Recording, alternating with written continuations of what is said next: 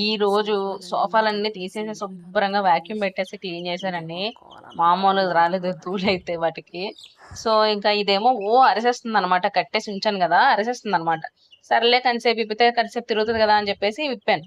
అంతే, ఇంక వెనకాతల అలా తిరుక్కొని దూలది తినేస్తుంది. సర్లే ఆకలేస్తుందేమో, ఏదైనా పెట్టేసి ఓ పక్కన పెట్టేస్తే సరిపోద్ది కదా, దాని అంతటి అదే తిరుగుతుంది అని చెప్పేసి బియ్యం తీసుకొచ్చి కంసేపు అలా ఆడించాను అనమాట.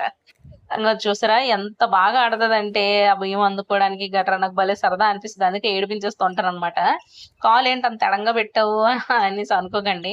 అంటే బియ్యం వైట్ కలర్‌లో ఉంటాయి గదండీ! అవేమో టైల్స్ మీదేస్తే టైల్స్‌లో కలిసిపోతుందని సరిగ్గా కనిపించక కన్‌ఫ్యూజ్ అయిపోయి తినలేకపోతుందనమాట.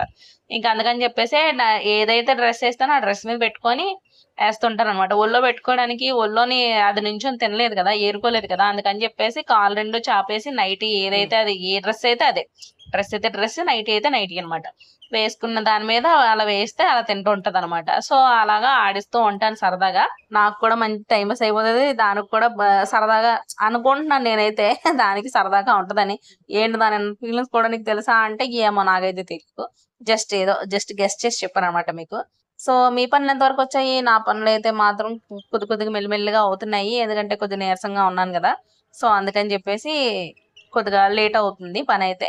కానీ పర్వాలేదు. రేపటికల్లా అంతా అయిపోద్ది. ఈ రోజే మోస్ట్‌లీ అయిపోవాల్సిందే. కాకపోతే ఏమైందంటే ఫ్యాన్ రిపేర్ వచ్చిందనమాట. అది రిపేర్ కోసం అని చెప్పేసి ఇంకోళ్ళొచ్చారు.